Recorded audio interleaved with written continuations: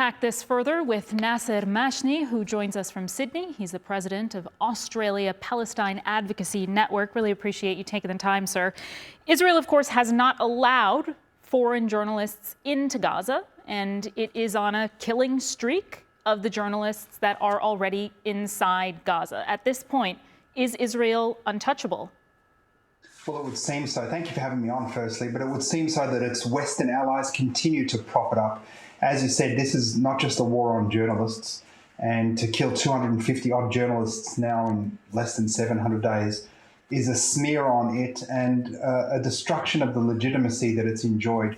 Israel's on this killing spree enabled by its Western backers, but it's also destroying itself. These are the last days of the Zionist entity as it exists today.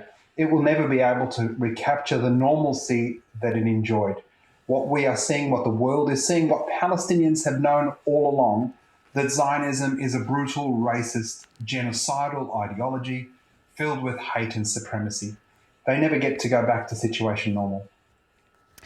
I'm not sure if you were able to listen into what our Gaza correspondent was saying, but he was talking about this double tap strike that we just saw used to inflict maximum damage. I've seen them with my own eyes, not 500 meters from our hotel in southern Lebanon during the Israel-Lebanon war in the fall.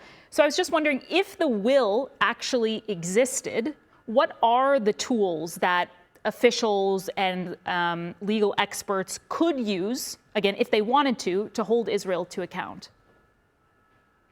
Absolutely. Let's talk about the double tap first. And as you spoke about your own experience in Lebanon, the reality is Israel has done this sort of technique, this horror, from before the creation of the modern state of Israel, when Palestine was wiped from the map. In the late 40s, Jewish terror gangs booby-trapped British soldiers. They would kill British soldiers, hang them from trees, and booby-trap their bodies so that when their comrades came to rescue or to retrieve the bodies of their comrades, they would also be killed. So it's not a new thing for Zionists. It's not a new thing for Jewish supremacy to enact these sorts of horrors. As to what the world might do, it's very clear what the world could do if it cared, if our babies were white and blue-eyed and blonde-haired, because we've seen what happened in Russia. We've seen what happened in Kosovo. We could send ships aid. We could break the siege. We could enact sanctions. We could target Israel in so many different ways. Israel exists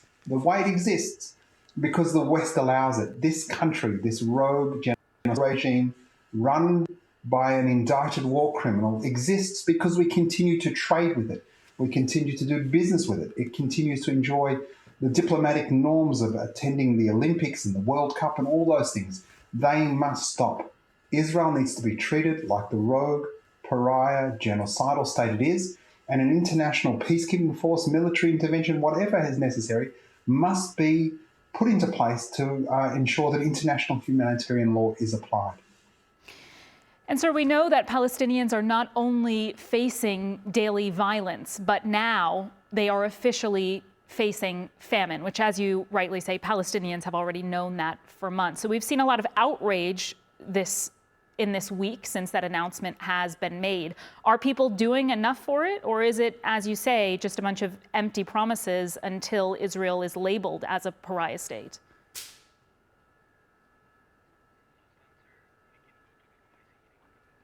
Again, you're absolutely right. It is empty promises. The thing about starvation is it's warm and fuzzy. People can say, I care about emaciated babies. What they're not talking about is the fact that this has been engineered.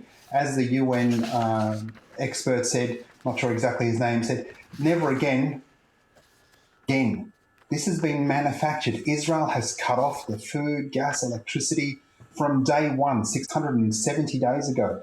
The War Minister, Defense Minister said they are dealing with human animals, about Palestinians, about human beings. Those genocidal statements have been rolled out for almost 2 years today. Now, what can happen and what should happen? I mean, it's easy for governments now to say starvation, because in starvation, we're not actually naming a perpetuator, who is the victim and who is the oppressor.